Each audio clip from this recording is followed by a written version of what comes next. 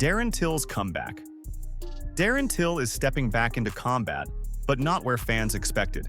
He's fighting Darren Stewart in a boxing match at Misfits 21. For a guy many thought had mentally checked out of the fight game, this raised eyebrows. But in a recent interview with MMA Fighting, Till opened up in a way that felt raw. He admitted to overtraining during his MMA run, pushing his body past the limit, even when it was breaking down. Now look, I've trained a long time, and I know there's stigma out there about me and I'm joking that, but I train fucking hard. I did when in my MMA days, I probably overtrained. A lot of people that have been along me, Tom Aspinall knows how I overtrained. If anyone ever asks me, he'll say Till overtrained. So it just depends. If the fire's not there like it used to be, no. He's also become an entrepreneur. He's got companies running, he's partnered with the UFC on canvas sponsors, and financially, he says he's comfortable. But then, the contradiction hits. I do want to go back, Till admits. That inner fire might be flickering, but he's not ready to put it out just yet. Till's delusion or confidence? When asked about his past fights, Till made a bold claim. Yeah, I'd like to think as well that people haven't got short memories for me when it comes to stand-up striking, boxing, all that stuff, because every time I was in a striking match in the UFC, apart from Masvidal, no one could really beat me. Whittaker didn't beat me on the feet, no way. Stephen Thompson didn't beat me on the feet. Cowboy didn't. Gastelum didn't. Derek Brunson didn't, even though he beat me. DDP didn't. My losses have always come the way of grappling. I'm a little bit lower level than that, even though I'm not. I've always had, I know what bang on about, I've always been severely, no knees they call me, but... The man called no knees by fans still insists his striking is elite.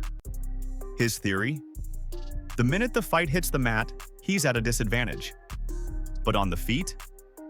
You've got to be good if you're going to strike with me, he warned.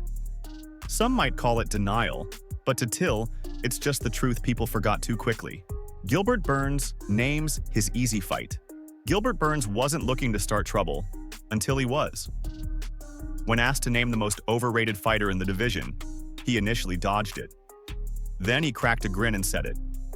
Who would you say is the most overrated fighter? The most overrated? I don't know. Hey, you ain't gotta be nice. Everybody's very tough on that. CM Punk?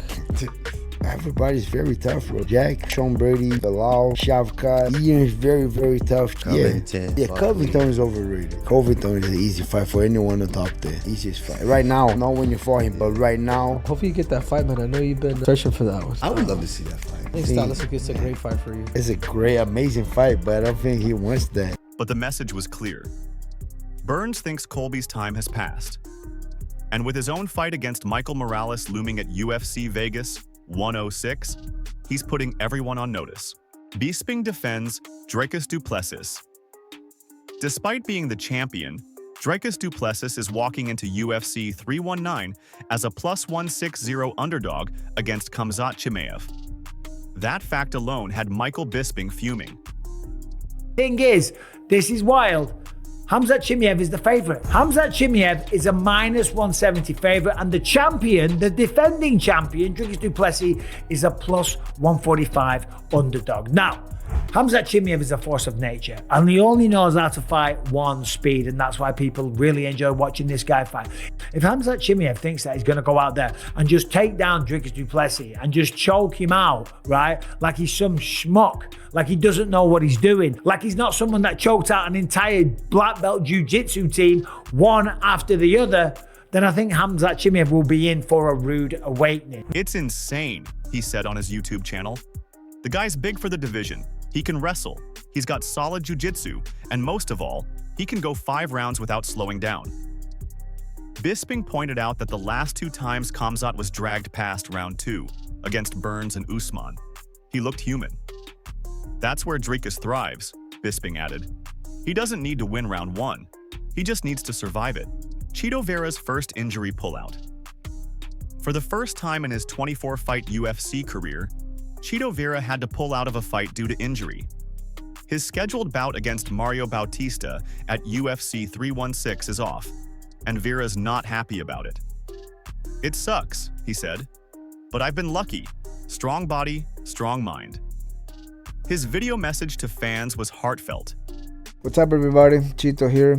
Unfortunately, the news are true, and I had to pull out of my fight in Jersey, and it sucks because in 24 UFC fights I had never had to pull out due to an injury, and I've been blessed with a strong body and a strong mind, so there's always a first time for something, and it sucks because now I have to recovery, settle down, but at the end of the day, everything comes to us for a reason, and this is just time to heal now. So I will put all my energy, all the same discipline and the same work ethic that I have into getting ready for a fight. I'm gonna use it into get this healthy, go from here, and get back in the horse.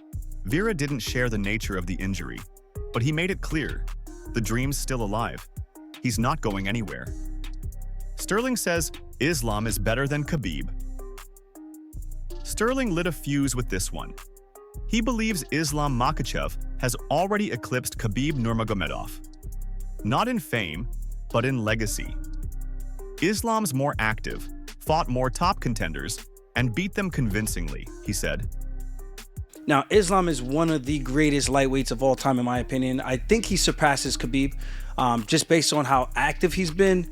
I know some people think he hasn't been the most active. Oh, he's not very active. In terms of Khabib's run, I think Khabib had a total of like 13 or 14 UFC fights. I think Islam is already past that, if I'm not mistaken.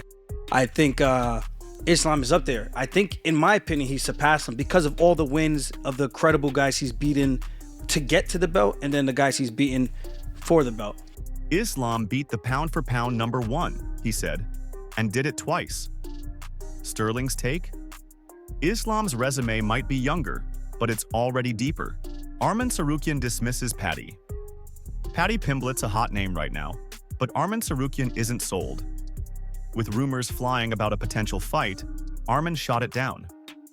Why would I fight someone ranked number 8 in October when I'm in line for a title, he said. But TJ Dillashaw sees it differently. Paddy's a hype train. Steal his momentum, and you shoot up the rankings, even if he's number 8. Arman's response? I'm not waiting till October just to babysit his career path. If Paddy wants that fight, he might have to look somewhere else. Khamzat clowns Caio Borralho. When injury rumors surrounded Dricus, Caio Borralho reportedly tried to step in and fight Khamzat. But Chimaev wasn't impressed.